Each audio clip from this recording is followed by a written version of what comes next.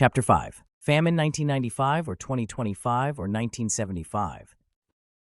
Launcelot to Jessica about her becoming a Christian and marrying Lorenzo. We were Christians enow before, e'en as many as could well live, one by another. This making of Christians will raise the price of hogs. If we grow all to be pork-eaters, we shall not shortly have a rasher on the coals for money. Jessica to Lorenzo.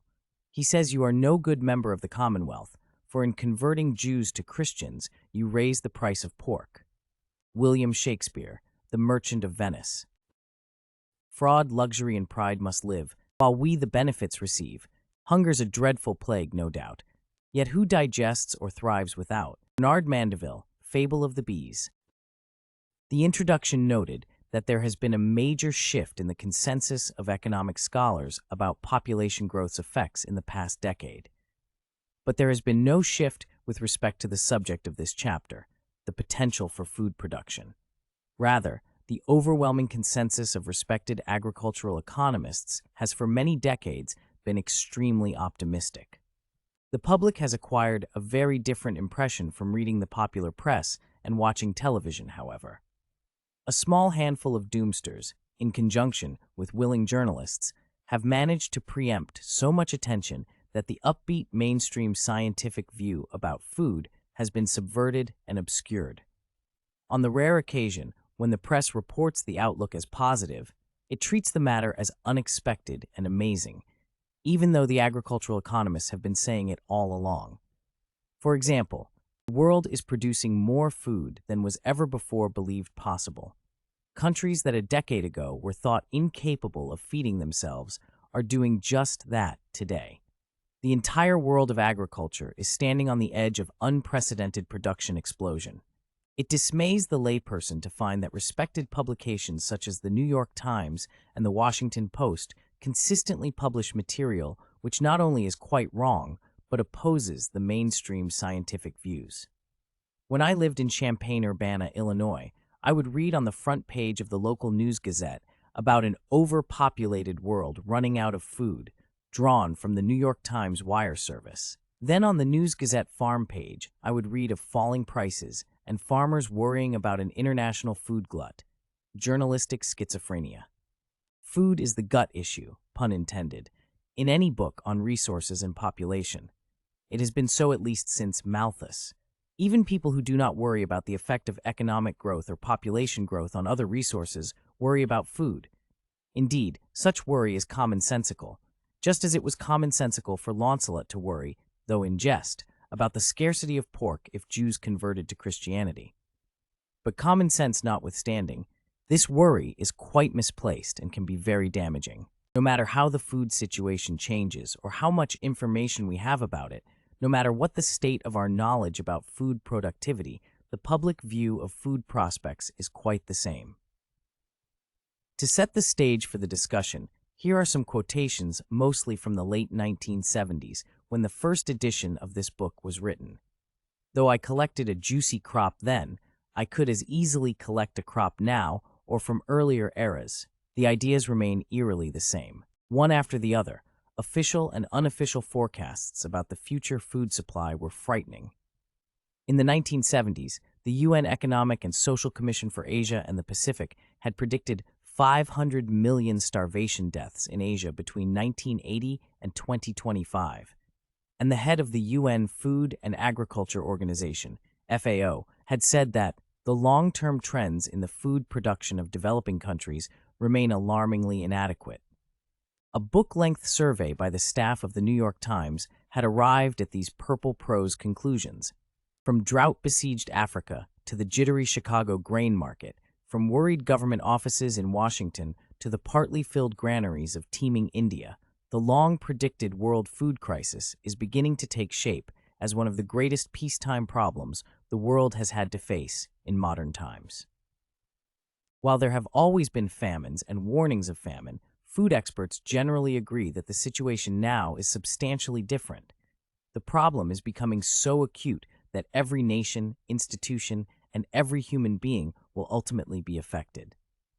Population-environment balance paid for a full-page advertisement in leading newspapers, signed by such dignitaries as author Isaac Asimov, Presidential Advisor Zbigniew Brzezinski, author Malcolm Cowley, ecologist Paul Ehrlich, editor Clifton Fadiman, oilman J. Paul Getty, Time Inc. executive Henry Luce III, poet Archibald MacLeish, Nobel Prize winner Albert Szent-Györgyi, Reader's Digest founder DeWitt Wallace, UAW President Leonard Woodcock, and many others, saying, "The world as we know it will likely be ruined before the year 2000, and the reason for this will be its inhabitants' failure to comprehend two facts. These facts are, 1. World food production cannot keep pace with the galloping growth of population. 2. Family planning cannot and will not, in the foreseeable future, check this runaway growth." C.P. Snow used the novelist's art to dramatize the matter. Perhaps in 10 years, millions of people in the poor countries are going to starve to death before our very eyes. We shall see them doing so upon our television sets.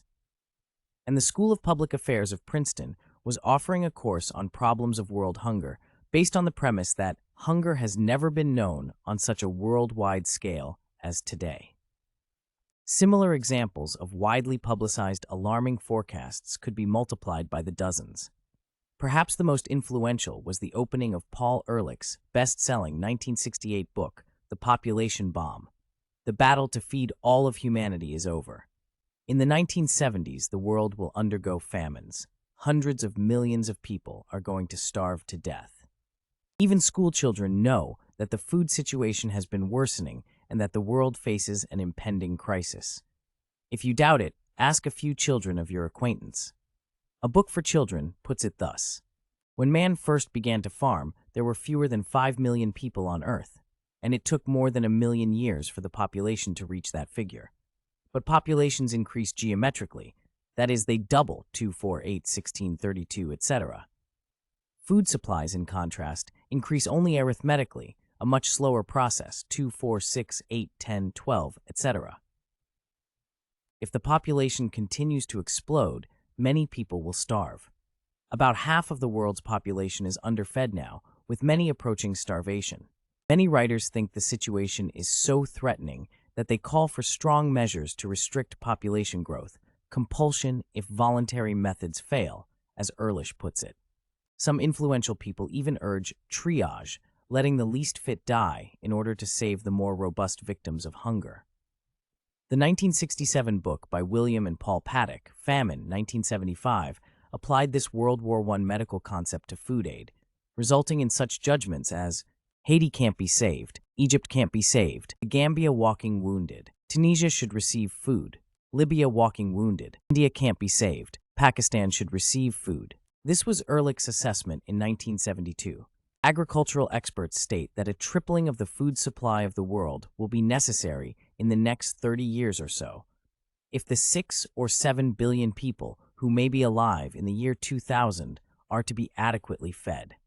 Theoretically, such an increase might be possible, but it is becoming increasingly clear that it is totally impossible in practice. This tiny sample should be plenty to establish that frightening food forecasts have dominated the mass media. Happily, none of these terrible events has occurred. Instead, people have been increasingly better fed and lived longer and longer lives since those forecasts were made. The record of food production entirely contradicts the scary forecasts. The world trend in recent decades shows unmistakably an increase in food produced per person, as seen in Figure 5.1. Progress in food production has not been steady, of course. The first draft of this material, for publication in my technical 1977 book, was written in 1971 and 1972, when food production was having its worst time in recent decades. And some countries' experiences have been tragically different from the general trend, usually because of politics and war. More about these special cases later. Yet there has been no year, or series of years, so bad as to support a conclusion of long-term retrogression. A person who sees Figure 5.1 sometimes asks, where are the other data? When I ask, which other data, the questioner may reply, the data the other folks quote to support their worried forecasts. There simply are no other data. The starting date of the series shown here is the earliest given in the basic sources, chosen by them and not by me. This should reassure you that the starting date was not chosen arbitrarily so as to rig the results. Such rigging, however, is not unknown in these discussions, as we shall see in Chapter 7. The data shown in Figure 5.1 were published by the U.S. Department of Agriculture and the United Nations, and were collected by the UN from individual countries. Of course, the data are far less reliable than one would like. Economic data usually are, but these are the only official data. Standard data that would show a worsening trend in recent decades do not exist. If you doubt it, write to the authors of frightening forecasts, to the UN or to the USDA. Or even better, go to your local library and examine such basic reference sources as Statistical Abstract of the United States and the United Nations Food and Agricultural Organization's Production Yearbook. Indeed, Figure 5.1 understates the extent of the improvement in world food supply. Because it shows food production, it does not take into account the increase in the amount of food that actually reaches consumers due to lower losses over the years as a result of improvements in transportation and storage. It should also be remembered that production could immediately be enlarged if the United States were to stop paying farmers to idle their land instead of planting crops. Let's examine the very long-run price trends for food, just as we did for copper in Chapter 1. Figure 5.2 shows that the real price of wheat, the market price adjusted for inflation, has fallen over the long haul despite the great increase in demand due to both a growing world population and rising incomes. The rise in food output was so great as to cause grain to become cheaper despite the large increases in demand. More startling still, Figure 5.2 shows how the price of wheat has fallen by another measure, relative to wages in the U.S. How did total output and productivity per worker and per acre gain so fast? Food supply increased because of agricultural knowledge, resulting from research and development that was induced by the increased demand, together with the improved ability of farmers to get their produce to market on better transportation systems. These sentences are a lightning-fast summary of forces that take many books to document well.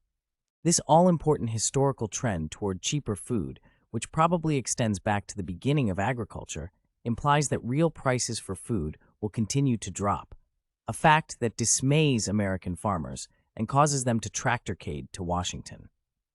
Despite the mass media consensus that we are heading toward agricultural crisis, and though, as we saw in Chapter 3, earlier on, even famous economist John Maynard Keynes entirely misunderstood the long-run economics of agriculture because he was misled by the idea of diminishing returns. The mainstream view among agricultural economists has for decades been that the trend is toward improvement in the food supplies of almost every main segment of the world's population. For example, D. Gale Johnson could say in an authoritative review, even in 1974, the increase of the food supply has at least matched the growth of population in the developing countries, taken as a group, for the past 4 decades. This has been a period of very rapid population growth in the developing countries. Thus, the recent achievement in expanding food supplies in the developing countries has been a significant one. There has been a long-term gradual improvement in per capita food consumption over the past 2 centuries. And in a 1975 compendium, the agricultural economists spoke nearly in a single voice. The historical record lends support to the more optimistic view. The consensus of agricultural economic projections confuted the popular doomsday beliefs with calm assessments even at the height of the poor harvests and food worries in the early 1970s. Since then, conditions have improved even more sharply. It is a simple fact, then, that the world food supply has been improving. But it is also a fact that people resolutely ignore this silver lining and instead try harder to find the cloud. Consider, for example, this statement from a technical article. During the last 25 years or so, the average rate of increase of world food production has steadily deteriorated. I fell from 3.1% in the 1950s to 2.8% in the 1960s and 2.2% in the first half of the 1970s. The apparent changes may not even have been statistically meaningful, but leave that aside. The word deterioration suggests that the world food situation was getting worse, but the data tell us only that the gain, the improvement, was greater in the 1950s than later. That is quite different than things getting worse. Consider also figure 5.3, taken from Business Week. At first glance, it seems to show population growing faster than food.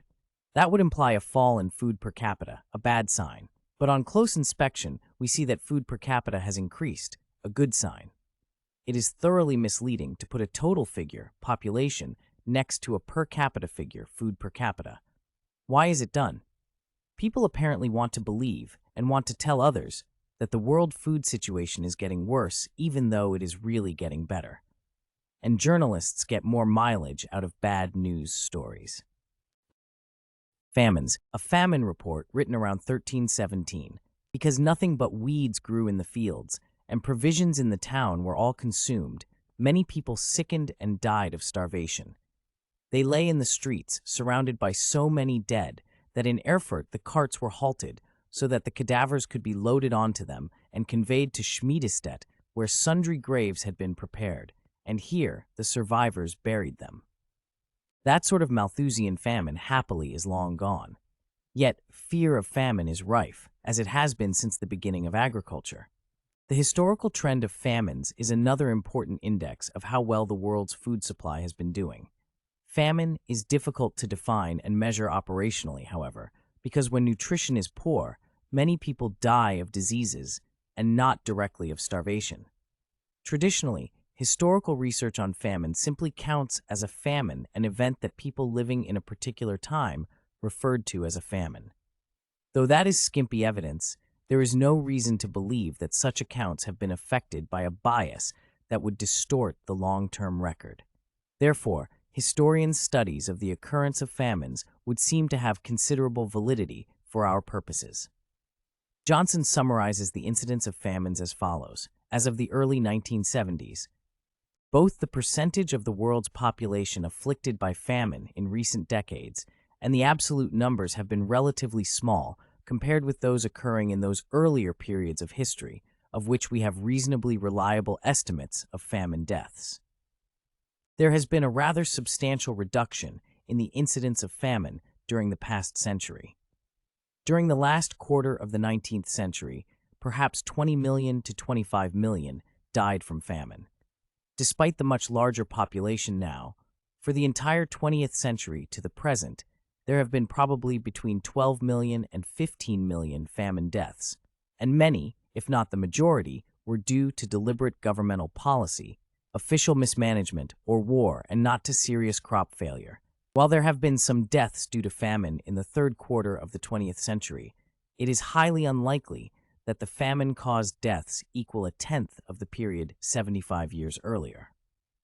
There has not been a major famine, such as visited China and India in the past, during the past quarter century. There have been some near misses, such as in India in 1965-66, and the current sad situation in Africa should not be ignored because a relatively small population is involved. But the food supply has been far more secure for poor people during the past quarter century than at any other comparable period in the last 2 or 3 centuries. Since the above passage was written, evidence has come to light that perhaps 7 million Ukrainians, plus other Soviet citizens, died of famine in the early 1930s, and perhaps 30 million Chinese died of famine from 1958 to 1961. I suggest you read again the numbers in the previous sentence and try to grasp their enormity. The death rate in China jumped from around 11 per thousand in 1957 and 1958 to over 25 per thousand in 1960, and then fell immediately back to 11 or below by 1962, and thereafter, due to the fall in calories from above 2,000 per person in 1957 to below 1,500 in 1960. Food consumption then rose again to its previous level. The evidence is overwhelming and transparent that those famines were caused by government policies, deliberate murder in the case of Stalin, and wrong-headed economics in the case of China. Most conclusive is the large increase in food produced in China immediately after policies changed toward economic freedom in agriculture, as seen in Figure 5.4. As soon as the Chinese government allowed the transformation of agriculture to, essentially, private enterprise at the end of the 1970s, the largest rapid social change in all of history, involving perhaps 700 million people, Production soared. All throughout China's history, even when the population was only a fraction of what it is now, Chinese food production has struggled to just suffice. But now, production is so great that in response to agriculture failure in the Soviet Union in 1991, China shipped grain and meat to the Soviets. More about Chinese and Soviet food production in Chapter 7. The irony of the food shipments from China to Russia and the tragic famines of the past in China and the Soviet Union reinforce the general conclusion that humanity need never again suffer from peacetime famine caused by natural conditions. Rather, modern famine will take place only in a society that abolishes individual farmers and puts farms under government ownership and the control of bureaucrats. Do you wonder how these optimistic trends can be reconciled with the pictures of starving children you have seen in national magazines, and with the long-standing myth that a lifetime of malnutrition and actual hunger is the lot of at least two-thirds of mankind? This much-quoted FAO statement was made by the FAO director in 1950, within a year of the FAO's founding, and in the aftermath of World War II, on the basis of no data at all. The claim soon became the children's book cliché that about half of the world's population is underfed now, with many approaching starvation. After some research, the UN reduced its estimate of people in actual hunger to 10 to 15% of mankind. But even this estimate was and is far too high. Furthermore, the term malnutrition is sufficiently vague that it could include the diets of any of us. Casual as the original FAO conjecture was, a large amount of study has been required to lay it to rest in a scientific cemetery. Yet even now, the original statement comes back again and again in current discussion. But the death of a single human being from starvation is an unspeakable human tragedy. That common expression implies that even if the food supply is improving, it would be better to reduce the world's population so that no person would die from starvation.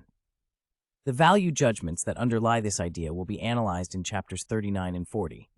Here, let us note that if death from starvation is an unspeakable human tragedy, then death from an auto accident or a fire must also be the same sort of tragedy. But what are the implications for social action? The only way to avoid all such deaths is to have no people. Surely that cannot be intended. Hence this sort of phrase, heartfelt though it may be, really tells us nothing about what should be done. Paradoxically, greater population density apparently leads to less chance of famine. A concentrated population builds better roads and transportation, and better transportation is the key factor in preventing starvation.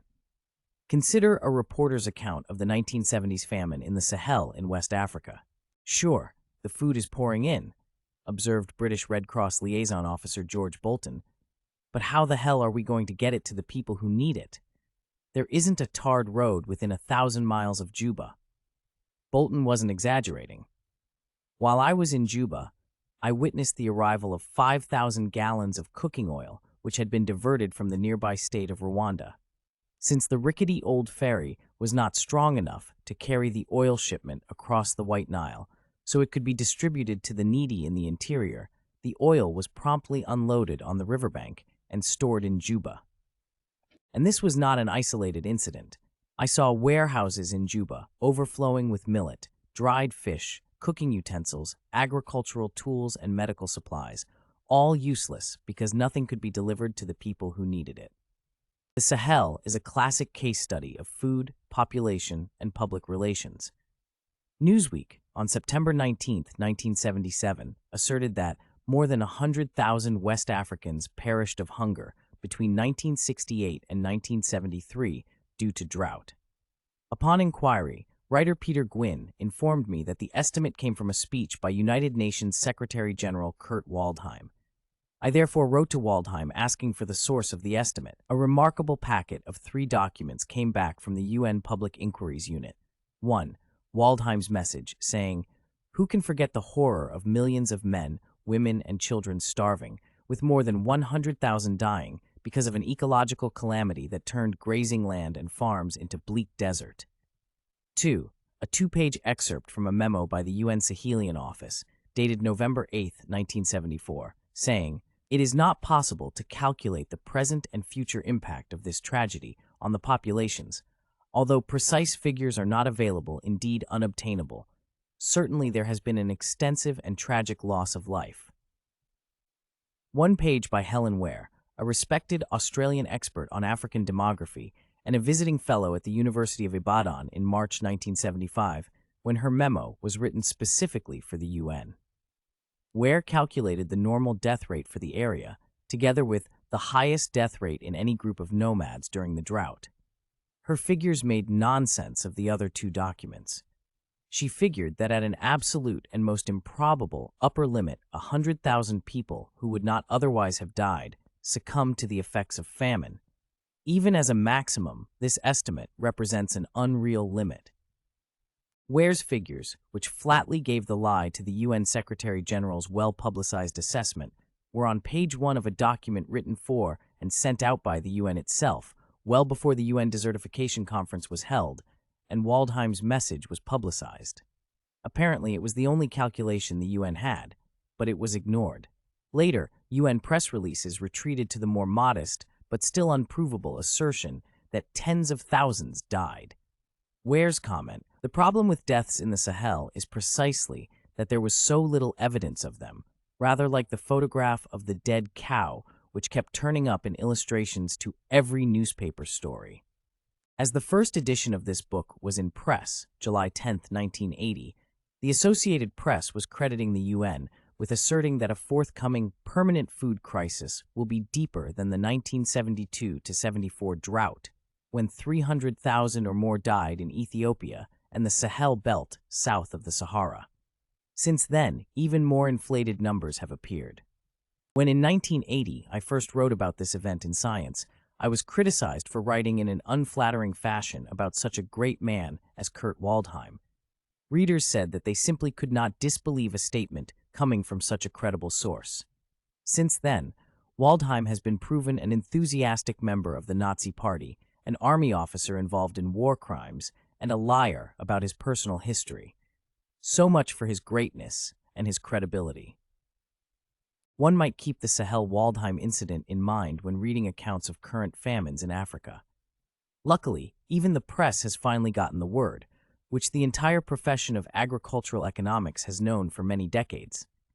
As Science headlined the story in 1991, "Famine, Blame Policy, Not Nature." The most influential scientific journal in the world asked, "Only one region of the world still suffers from widespread famine: Africa. Why is that?"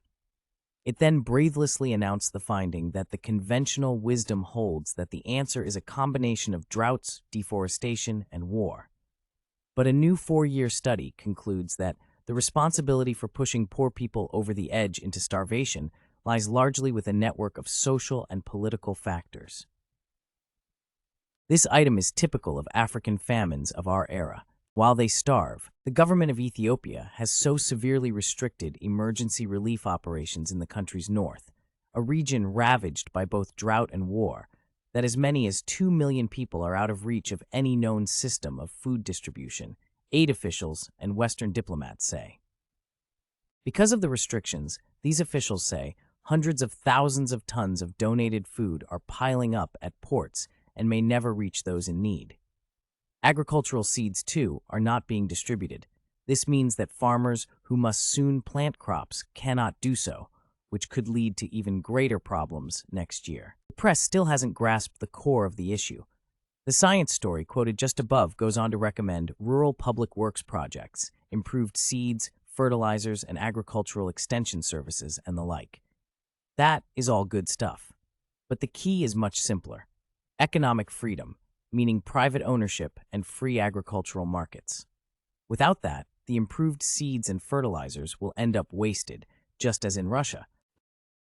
Conclusions.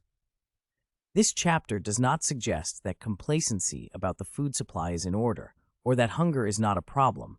Some people are starving, and although not starving, most people would like to be able to purchase a more expensive diet than they now enjoy. Though for many of us, a more expensive diet could be a less healthy one. But as we have seen, food has tended in the long run to become cheaper decade after decade, whether measured relative to the price of labor or even relative to consumer goods prices.